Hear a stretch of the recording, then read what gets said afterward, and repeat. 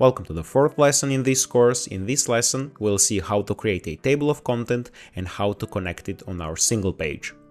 We are back at our single page. This time we are going to enable the table of content so we can more easily navigate through our article here.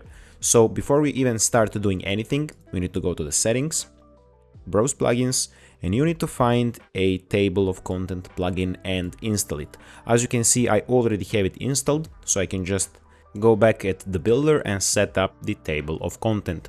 As for the structure, everything you need is one empty div.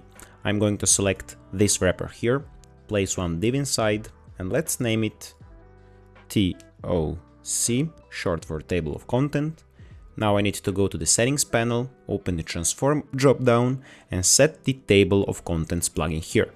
Now before I go to the settings of this plugin, I want to go here and take a look at this rich text that I want to target with my table of contents. I need to select it and remember the name of this tag. It's called blog content.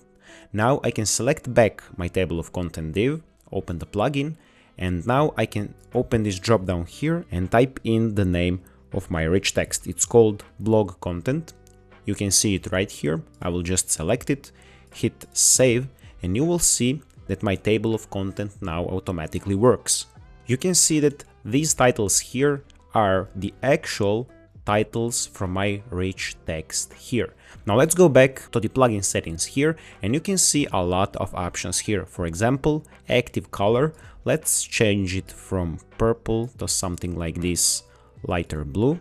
Hit save, and now you can see that my active title here will get the color that I set in the plugin settings. You have many other useful options here that will help you set up the table of content to your wishes.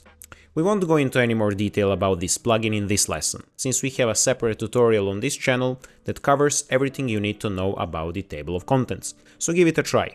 With this, we came to the end of the fourth lesson. We saw how can we create a table of content and connect it to the rich text. I'll be seeing you in the next lesson.